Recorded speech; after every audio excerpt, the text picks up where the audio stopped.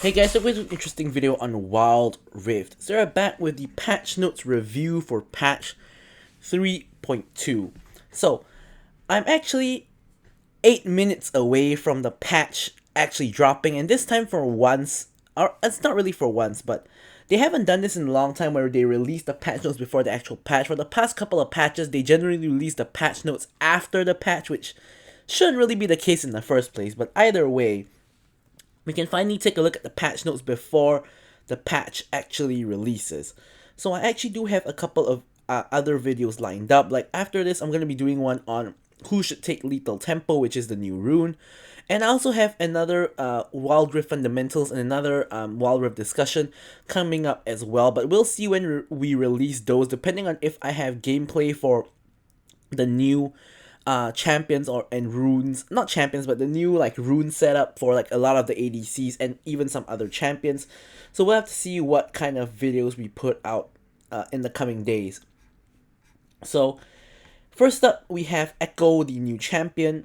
He is an AP assassin who can be played in mid, top, or the Baron lane and jungle. Now, the very interesting part about this is I think Ekko jungle probably is going to be very interesting because as we know, AP options in the jungle are relatively limited. We have like Evelynn, Gragas, Morgana, Diana, and Evelynn is gonna catch a huge nerf this patch because of the release of control wards, which is really, the lack of them is what really made her really strong in Wild Rift. So Evelynn is definitely gonna be lower power level. So Ekko in the jungle could be very interesting, but either way, he's a very popular, very fun champion that's gonna release immediately when the patch drops, together with an event. So that's really interesting.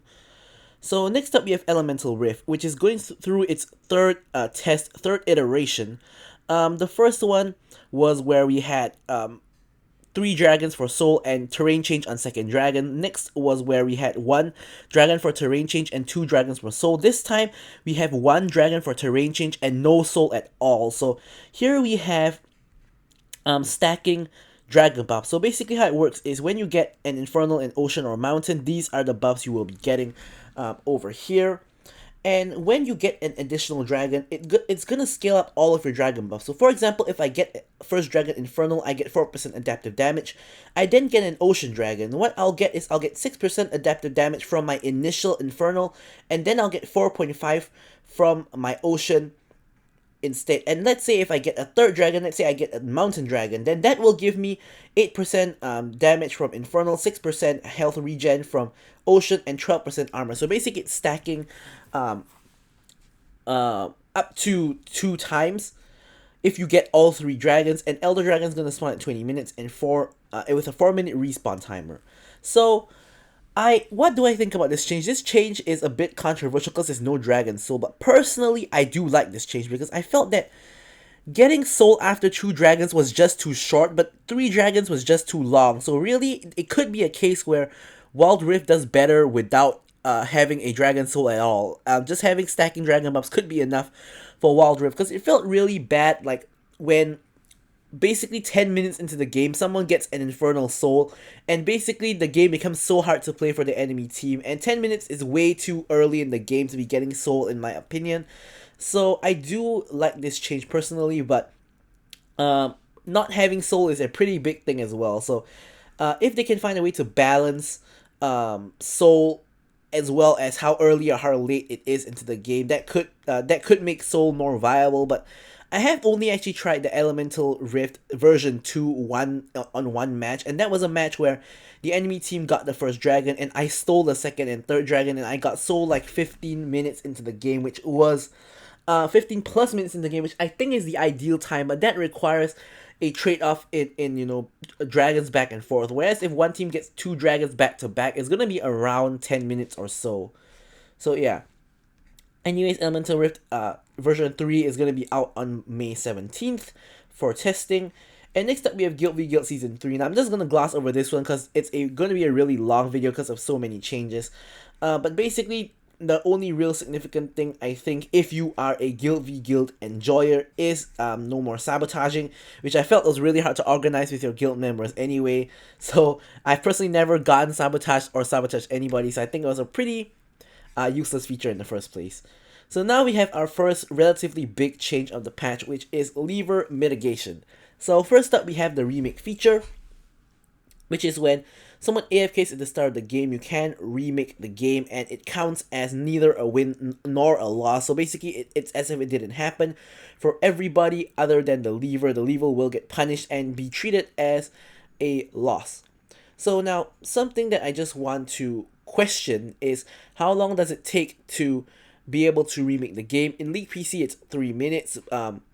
And in League PC also, you can only remake if there isn't any first blood after 3 minutes. So I'm not sure if Wild Rift will be the same, but if it is the same in Wild Rift, I think that could be difficult because I think most people know that in majority of games before 3 minutes, someone gets first blooded already. First blood is a lot more easy to come by in Wild Rift, especially because minions crash at around 35 seconds, whereas in PC, minions crash at around like a minute and 35. So if they want to put the timer, I think it should be like 2 minutes or so to be a little bit more fair, but we'll have to see about that. Aside from that, we also have AFK loss mitigation, where if someone AFKs halfway through the match, they will be penalized more harshly, and the rest will have less VP or rank, VP or rank fortitude added / deducted. So as you guys can see, when you leave, you have more rank fortitude deducted below diamond, and above diamond you have more VP deducted, whereas if you are the victim, below diamond you will get 20 or 50% of rank fortitude needed to prevent a loss. So it's not 20 to 50, it's 20 or 50. So for example, if you're an emerald and you need 400, this could give you 200 fortitude automatically, and diamond and above you would get back 20 to or 50% of the VP you lost. So if you're losing like 10 VP, you could get back 5 or 3 or 2, sorry, kind of deal, which of course is good. So this is a very, very good quality of life change that of course people wanted for a long time, and I think it's really, really good. Now, ranked fortitude is getting a change where basically if you fill up your fortitude bar and you get a shield. Initially, the way they would calculate is you would still lose a mark, but you get a shield for your next loss. Now, if you fill up your shield fully, the shield will trigger first to prevent a mark loss, which I felt that should be the way all along anyways, but it just wasn't, which I found pretty weird. So now it is indeed that way. Of course, this only affects emerald and below, because in diamond and above, we don't have any shield. So Wild Pass, probably releasing right now. The patch probably dropping right now as I'm speaking. We have Dream Raider Nasus, which looks like a very beautiful skin. Next up, we have a couple new skins. Sandstorm Ekko is Ekko's release skin, and we're gonna have a High Noon line with Ashe, Irelia, and Thresh coming up. Accessories as shown. Obviously, some from the events and some from the Guild v Guilds. The Guild v Guild banners, or rather, they call it Rift emblems. Look pretty beautiful, and also the profile icon looks amazing. I think that's from the Wild Pass. So, events, we have Ekko's Arrival event, which is dropping right now at this very minute, I believe. And I don't know if you can get Ekko for free, but that will be my prediction. And next up, we have High Noon event coming up in a week, which is of course tying in with the High Noon, 3 High Noon skins releasing. So now we're going to go into the champion changes. Now Akali probably has the most interesting changes of the entire patch. You get energy regeneration dropped from 75 to 50, which I think is a huge nerf, because Akali can only cast like 2 5-point strikes before she runs out of energy completely at like level 1. And you know, dropping this like by a third is huge.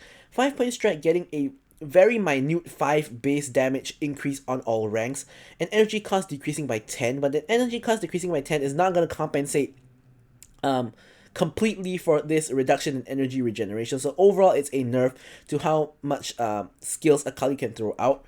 Perfect Execution, her ultimate, getting an adjustment where she's getting a huge buff on the first cast, and at max rank it's like 215 to 320, which is pretty huge.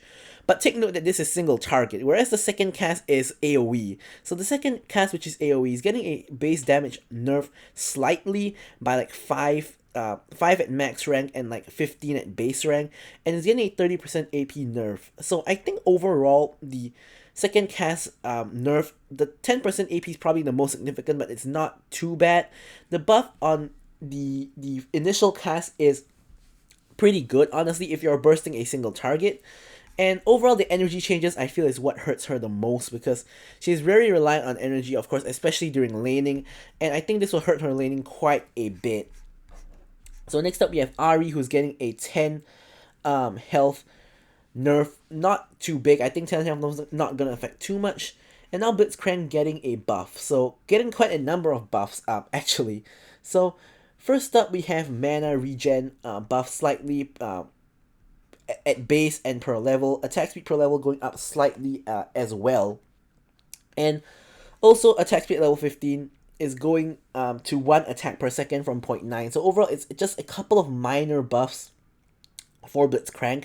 But the main buff I think is impactful is the Power Fist cooldown. So Power Fist cooldown at max rank going from 7 seconds to 5, and basically it's a 2-second buff at every single rank. So this is useful because you max it second after you max the hook, and this will actually help you cast more knockups, especially in team fights that last longer. This will help Blitzcrank to actually make an impact. So kind of like how that works. So either way, I think that's a pretty good change for Blitzcrank. Now Galio getting a pretty interesting change. So it's basically on his Shield of Duran. You still get the same taunt duration. However, the time you need to charge to max range is going up from 0.75 seconds to 1.25 seconds. That's a half-second increase, which is not the most significant. However, when you compare it to what it was, it is pretty significant. The effective range, however, is going actually down at base, and at max rank it stays the same. So basically, at the start of the cast, it's going to be a lot smaller, and it's going to take a lot longer to charge up all the way to the maximum range.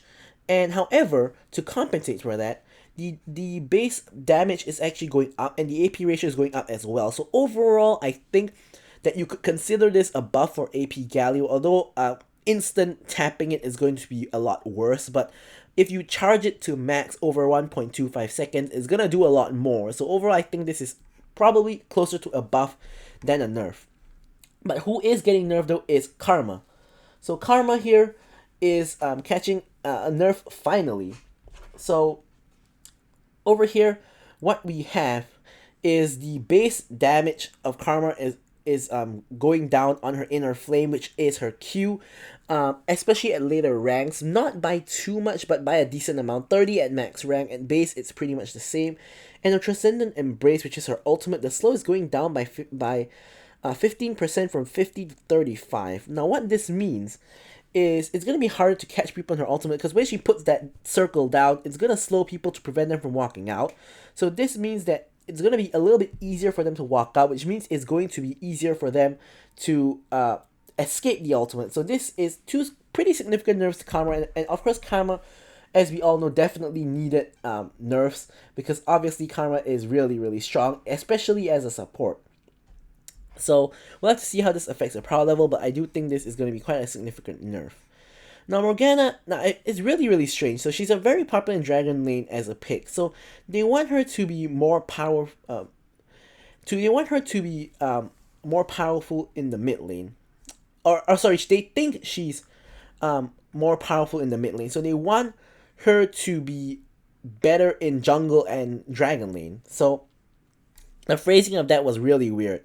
So yeah, but anyway, so they basically want to make support Morgana stronger and like carry Morgana mid weaker. So what they've done is they've actually increased the base damage on her Dark Binding, which is what support Morgana maxes first.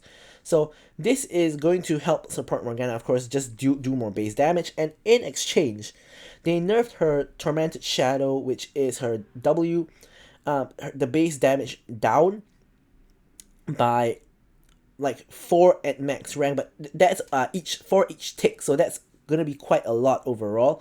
Mana cost going up as well, but they don't want to affect her jungle clear, so they're increasing the damage to monsters by 25%. That's to compensate for the nerfs here. So overall, the damage to monsters should be roughly the same. So that's fine. So basically just making support Morgana stronger and mid lane Morgana weaker, which I think support Morgana is the main role you should be playing her in anyways. So it's pretty good of a buff for support Morgana. Now Rengar getting a nerf of 6 AD at base. So basically this is going to make his jungle clear just slower and weaker. That's pretty much it. And of course, his early game is going to be a bit weaker, but by the time he ganks, normally he's like level 4, level 5. So this base damage nerf will affect his ganks a little bit, but not by too much, but more of his jungle clear. Now, Sona Seraphine has been really popular, apparently, especially in China. So what they've done is they've nerfed both of them. So Seraphine getting a very huge nerf in my opinion. So her high note and her beat drop, which is her Q and E, basically their base damage is going... high notes base damage is going up by 5 at all ranks, but both of their AP ratios getting dropped by 10% from 50 to 40. Basically, obviously that 5 damage increase is not going to be enough to help support Seraphine. Here there's no change to the base damage. They didn't touch her healing and shielding ability on her W as well, but they're nerfing the AP ratio, so basically this is just going to make Seraphine weaker as a champion overall, because even if you build support like Ardent and Harmonic Echoes, they still give you AP, and that's still going to make your damage way less. So Seraphine just getting a pretty huge nerf in my opinion. Shen getting some adjustments. His energy regen is getting doubled to be more in line with other energy champions. Akali getting nerfed from 75 to 50. He's getting buffed from 25 to 50. So they're trying to align the energy champions. Key Bearer energy gain from damaging champions. That's his Q, I believe. Or is that his passive? I think that's his passive. Energy gain from damaging champions is going down by a little bit, so that's in compensation for this one. That's not too big of a deal because it's pretty much just balancing out. Twilight Assault, I'm not sure if this is his Q or his ultimate. I think that's his Q, but the energy cost is going up slightly, which I think compensates for this as well. So overall, it's just a couple minor adjustments in terms of energy. Don't think it's gonna matter too much. Now, Sona, she's been getting relatively popular as of late, especially with Seraphine, but even just in general. So her base armor is going down by 5. It's going to affect her early game quite a bit, of course, especially because it's armor. So against ADC, she's going to be taking a lot more damage. Her Aria of Perseverance, her W, heal is going down by quite a significant margin, but the shield is going up. So basically, this is going to make it such that the time you cast it matters a lot more. So it matters when you exactly cast the W, not just spamming it to heal your allies, which I think is a pretty meaningful nerf because it does affect her healing but doesn't completely affect her teamfight capabilities for a good Sona player. And next up we have the Song of Celerity.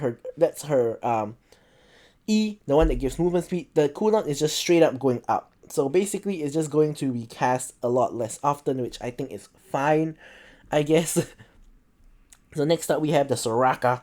Soraka getting a couple of buffs. So first up, her Salvation, which is her passive movement speed, going up from 70 to 100. This is the movement speed you have towards low health allies. So you're going to be moving towards low health allies faster. Star Call, which is her Q. Rejuvenation going up by from 2 seconds to 2.5 seconds, which is great. Cooldown is going down by 0.5 seconds. And total rejuvenation healing is AP ratio going up, and base damage going up as well, or base healing going up as well, which is great. And Astral Infusion Rejuvenation also getting the same buff. That's her W, which she uses to heal people. So overall, Soraka just getting a buff all across the board, which I do feel is great because she's pretty weak, even though I think she's not that bad of a champion. So that's gonna help her a lot, of course, to be more viable. So next up, gameplay changes. So here we have Executioner's Calling. They're decreasing the attack damage from 20 to 15 and reducing the gold cost to 800 gold, which I think overall is a great change, because if you want to rush Executioner's Calling or an Oblivion Orb, and Oblivion Orb is over here, by the way, here, same thing, 40 to 30 and 1000 to 800. So if you want to rush Grievous Wounds, it's going to be a lot easier to do that with a lower gold cost. Now, the only part of this that I think sucks is the fact that now Kai'Sa can't go from BF Sword into Executioner's Calling into Longsword to get evolved anymore. Because with that 5 AD nerf, now Kai'Sa's only going to get 67 AD and she needs 70. So that is going to make her have to go for the double BF Sword start instead. So that is just something Kai'Sa players need to take note of. So that kind of sucks for Kai'Sa, but it's good for everybody else. Oblivion Orb, AP going up by 5 because they felt that people were building Death Cap and Morellonomicon. I'm not sure about Morellonomicon being third item. I think it's normally like last item, but either way, I think that Morellonomicon generally competes for that last item slot with Infinity Orb a lot. On a lot of like traditional mages, I'm not talking about those like Akalis or Katarinas who go for Infinity Orb early. I'm talking about like Oriana who has like a last item option, and you can go for Infinity Orb or Morellonomicon. I feel like most people go for Morellos because by that time you already have a lot of healing on the enemy team and you need the Grievous Wounds. So I really think that this buff mainly helps people who already take Infinity Orb like Akali and Katarina, those like assassins who want to get Infinity Orb early. So Ixtali Seed Jar getting a pretty interesting adjustment. The passive of the seed picking up thing is still the same, but now when you pick up a seed, you get extra movement speed, decaying over 2.5 seconds. Now, I'm not too sure when exactly this would be useful, because if you're hitting a Scryer's Bloom, a Honey Fruit, or a Blast Plant, I don't see how movement speed is going to be very, very helpful. Maybe if you're running away and there's a Scryer's Bloom in your way, you smack that Scryer's Bloom and you run away. But I don't really know how that was going to be really useful. But the big change here is that they removed the resistances, and then they added the health and ability haste. So now it's giving more general stats of health and ability haste instead. So this could make it more competitive. Personally, I don't know about that, because I still think that it's not very consistent of an item, and probably other items will be better, but we'll have to see if this actually makes anybody build it. Last Whisper getting a 200 gold combined cost decrease, therefore total cost is going down from 1300 to 1100. So overall it's just going to make you get Last Whisper sooner, which is of course really good for people who want to build it. Rylai's Slow going up by 10% to be in line with Seralda's Grudge, because it's been a really unpopular item. Not too many people build it. Maybe only Morgana really, or Seraphine builds Rylai's Crystal Scepter regularly. No one else really does. So this, we'll have to see if this makes it a little bit more competitive. Now Charge Blade getting a buff. Very slight, like 5 damage increase to the on-hit effects. Now, I really don't think this is going to matter in the slightest. I put Charge Blade in the thumbnail just to represent item buffs in general. Now, Void Staff getting a 5% magic pen increase, and gold cost increase by 100. So 100 for 5% pen is pretty good, I would say. But the main reason they're doing that is they think it's been performing better in earlier stages, and they want it to be stronger in later stages. So it's kind of more of a late game buff, which I think is fine. 100 gold increase is not too much anyways if you want to build it, so I think it's fine. Now we're moving on to the runes. So we've talked a lot about the runes in the preview breakdown. So now I'm gonna just try to cover. What the runes really are. So first up, we have Giant Slayer.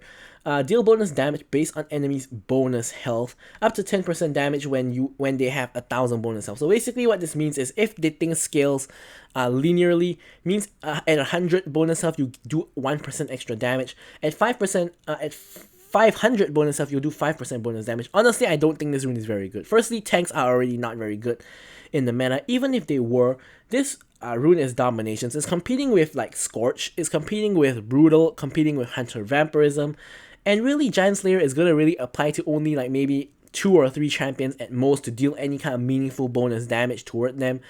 And I just really don't see it, because only people who want to get a lot of damage would build against tanks would build this, but I really don't see it being very helpful personally. But what I do see being very helpful is Scorch. So Scorch, you dealing ability damage to a champion deals an additional 21 to 35 magic damage after a second. So this is pretty much going to be good for all the mid lane mages, maybe even some aggressive early game champions like maybe Lucian. Like when you cast a Q on them, you get a burn for like 21 damage, which is pretty significant damage in the early game. But of course, this is a early game focused rune that is going to fall off when you get to the later stages of the game. So that's something to take note of. So next up, we have Inspiration Demolish. So my answer of whether it scales with max health is indeed answered. So it does scale with 25% maximum health. So not bonus health, but maximum health. Now I think that this is going to be really good for top laners and for split pushers, of course, for tanks especially. But I think that going this on like any random champion, like going this on an ADC wouldn't quite make sense, I believe, because it scales with your max health. And there are a lot of other better options like Nimbus Cloak, which we're going to get into really soon. So this is really good for like split pushers and tanks, I think. So it's really good rune overall. Now Nimbus Cloak Casting a sum gives you 5% to 25% bonus movement speed for 2 seconds. And I think this is really, really good. So basically, I think Nimbus Cloak pretty much kills Sweet Tooth, because now I feel that with like Mana Flow Ban, with Demolish, with Hunter Genius, and with Nimbus Cloak, you're going to be taking one of these four. I don't, and of course, if you're like a jungler, you might take like Mastermind and Water, Pathfinder, sorry. So pretty much, I think Sweet Tooth is dead, because I think that every other option is just going to be better than Sweet Tooth, because Sweet Tooth just gives you a little bit of extra gold and a little bit of extra healing. So after the nerf, I don't think Sweet Tooth is worth taking anymore completely, especially with the addition of Nimbus Cloak and Demolish. So Nimbus Cloak is going to be just very, very useful for like when you're running away with your flash, when you're chasing with your flash. It's going to be really useful. Like, who doesn't want movement speed? Movement speed is a very important stat. And we're going to get into the keystones. Lethal Tempo. So look out for my Lethal Tempo video coming out very, very, very soon. Like probably in the next hour or two after this video. So of course you can stack up to 6 times. You gain a stack of attack speed. And when you reach maximum attack speed, you get another 30% bonus attack speed. So the main point of this rune is two. Firstly, for people who already built attack speed and crit, like Jinx, this doubles down on that attack speed and gets you to put out a lot more attacks. For people who need to build attack speed, like Yasuo, now this could mean that people who need to build attack speed like Yasuo can go for Lethal Tempo, and he can build something else that's not attack speed, like Bloodthirster, as a first item. So that's basically the two main purposes of this rune. Of course, also mainly to compete with Conqueror, which is far and away the best rune prior to patch 3.2. Now next up we have Kraken Slayer. So now Kraken Slayer is something I'm pretty excited by, but at the same time pretty underwhelmed by. So it has no cooldown. Every third attack on the champion deals 28 to 70 based on level through true damage plus bonus AD. So on-hit effects do not add a stack but can trigger full damage stacks, and stacks last for 3 seconds. So now, I've done some calculations on the bonus AD. So if you think about it, when you're at max level 15, you do 70 true damage, which is really a very small amount. If you really think about it, 70 true damage when you're at level 15 is peanuts compared to what anybody else's normal damage can do. Now I'm going to try to take into account 30% AD. So now I did the calculations for Lucian, who builds Stormrazor, building IE, then building Bloodthirster, then Cirelda's Grudge, then Guardian Angel. So at full build, after finishing the Guardian Angel, you would have 40 plus 55 plus 50 plus 40 plus 40 AD from all your items, and overall 30% of your bonus AD. That would be 63 point something damage. So overall at like max level, you're gonna be doing 63 plus 70. That's 130 or so true damage, which is still very, very little true damage in my opinion. Now the only saving grace is that it doesn't have a cooldown. So if you build it on someone like Lucian, who can like E auto Q trigger one time, auto W trigger another time, auto E auto again to trigger a third time, so you trigger it like 3 times within a short burst. That gives you 3 times 130 damage. Now that could be good, and that honestly has to be tested, but I feel like on someone who can't trigger it very often, on any other champions who can't trigger it very often, like I'm thinking most other ADCs, like let's say like Kai'Sa won't be able to trigger it very often. I think on ADCs who can't trigger it often and who don't want to take Lethal Tempo, I think Kraken Slayer is still not going to be for them. They're going to still be going for Conqueror. I think champions like Kai'Sa and other champions like Vayne who can trigger it very often and it synergizes with her W passive, I think she would probably go for Lethal Tempo instead, because the attack speed to me seems a lot more important than that true damage, because with more attack speed you can proc Vayne's W a lot more often and get overall more true damage than with the Kraken Slayer. So really, I kind of at this point only see Kraken Slayer working for Lucian, and I can't really see it working for anybody else that immediately comes to mind. So that's going to be a really interesting one. Next up, Ultimate Shield. So my question was answered. It has a 45 second cooldown, so it's not going to work on Corki, but it's going to be mainly for champions who want to go in with their ult, like what they mentioned here. Kennen and Morgana are the two most obvious examples. So I think it's going to be really good for someone like Katarina as well. Maybe Akali as well, perhaps, if you're not in your Shroud. So anyone who wants to go in with their ultimate is going to benefit from this a lot, and it's going to be a very viable option for them. Nullifying Orb. If you take damage from a champion that causes your health to fall below 35%, gain a shield that absorbs 80 plus scaling with AD and AP for 4 seconds, so it does scale into the late game with a 60-second cooldown. Now, I'm a bit iffy about this one because on one hand, getting that shield is really good in the laning phase, but on the other hand, if you're against poke, that shield's going to do nothing for you. If you're in an all-in, it's going to be very helpful. Sort of a better version of adaptive carapace. But it's a 60-second cooldown, which is very easily exploitable. That was kind of the problem that bone plating had with the 45-second cooldown at the beginning. So it's very easily exploitable if you know your enemy has nullifying orb. And the scaling is also pretty good for getting into the late game, which is just going to be helpful in teamfights in general. So I'm not too sure about this one because it's also competing with bone plating and like Hunter Titan. So, an ultimate shield now, so I don't know about this one, but it's going to be interesting to see if people will take it. Probably going to try it at least.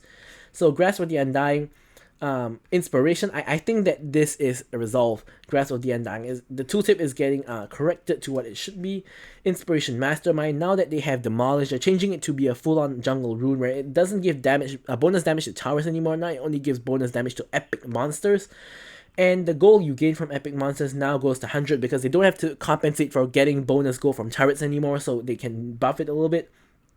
And gold on taking or assisting in epic monster or turret kills is now changed to only on epic monsters, as I mentioned. So now Fleet Footwork, in my opinion, is getting a pretty huge nerf.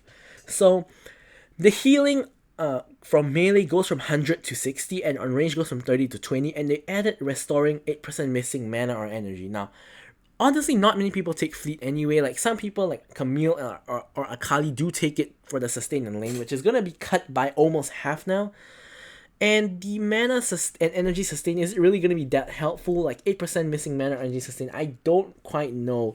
But I do know that overall, even if that is helpful, I still think it's a really big nerf overall because most people took Fleet for the sustain. Obviously, because that's what it basically did. So now I really don't think Fleet is going to be good. It's going to be even worse than what it already is. Alright, next up, jungle changes. So the red and blue buff getting a number of changes. So first up, both the normal red buff and the evolved red buff now only deals half damage to non-champion units. So basically, this is to reduce the jungle clear on red buff's burn, basically. So red buff is getting 30 magic resist removed. This is going to help AP junglers, which there are not too many of. But health is getting increased slightly. So this is going to make it even worse for AD junglers. Same goes for evolved red. Now on blue, I think this is a pretty huge nerf to blue. So first up, they're getting restoring 5 extra energy on both the normal one as well as the evolved one. And now, instead of giving you 5% missing health per second out of combat, it's giving you 15 ability haste. Now I think this sucks because ability haste in the early game, as a jungler especially, is not going to be very useful. The missing health restore is going to be really helpful, like when you're rotating around the map, like when you're just sitting around, that kind of deal. I think that's going to be really useful. Excuse me. I think that's going to be really useful, but I think the ability haste is not going to be very useful. Now, on the evolved one, you already get ability haste here, but you're going to get a little bit less. Now you're going to get instead ultimate haste, which I do think this is useful because when you get to the evolved one, it's pretty late on into the game, and getting ultimate haste could be useful, would be useful, I mean. But yet again, we don't have the out of combat health restore, so I think that out of combat health restore was actually pretty huge. Now, I have had a lot of instances where I had blue buff on for one reason or the other as an ADC. I go in, I get chunked a huge amount, I get a kill or two maybe, I'm on the retreat. And as I'm sitting in a bush like recalling, I start realizing that my health is getting restored to like a pretty decent amount. And sometimes I even cancel my recall and go back into the fight. That can't happen anymore because of this change. So I really don't like this change personally, but I don't know about you guys. And also on blue, the armor is getting removed. So this is kind of insinuating that they want like AD champions to start on blue and AP champions to start on red, which I don't really think makes quite a lot of sense. And I think that a lot of AD champions will still start on red anyways. Like, I don't think this is going to change your jungle pathing all that much. So overall, I just think it's a bunch of changes that I don't like, but not necessarily bad changes, but just changes I don't like. Now, first one for Dragon and Herald, going back by 1 minute. Now, I like this change because it's a longer laning phase. Local gold granted for Herald is getting halved. Yeah, just like that. So, damage to monsters on Smite going up by 5%. This is not going to matter too much because everybody's Smite is going to be changed the same. And we know that abilities like Jinx Rocket and Jin 4 shots that allows you to steal jungle monsters, it's not really there anymore. So yeah, this change not very impactful. But a huge impactful change is Control Ward. So as I mentioned, Control Ward is going to be pretty much a huge counter to especially Evelynn, especially Evelynn, but other stealth champions like Rengar and Akshan as well, maybe. So this is going to be a trinket, so it's not going to be something you have to buy. It's going to be something you replace your ward and your sweeper with. So it's of course visible. It has 3 health, so it's not stealth. So you have to sort of protect your Control Ward. You have to only put it in bushes that you can really control and protect. You can't just put it in the river bush and expect no one to touch it. That kind of thing. It also disables enemy wards, in case you guys don't know. But yeah, I think overall it's a great change to the game. I think Control Ward should have been added eons ago, but here we finally have it. So lastly, tenacity. It's instead of multiplicative, it's gonna be multiplicative instead of additive. Basically, what that means is that you're gonna have less tenacity the more tenacity you build, at least compared to previously. As in, not literally you get less tenacity for more when you build more. You of course get more when you build more, but you get less than what you would have gotten last time before this patch. So I think I've covered that in as short of a time as I possibly could. So overall, that's pretty much it for patch 3.2. Thank you guys so much for watching the video, and goodbye.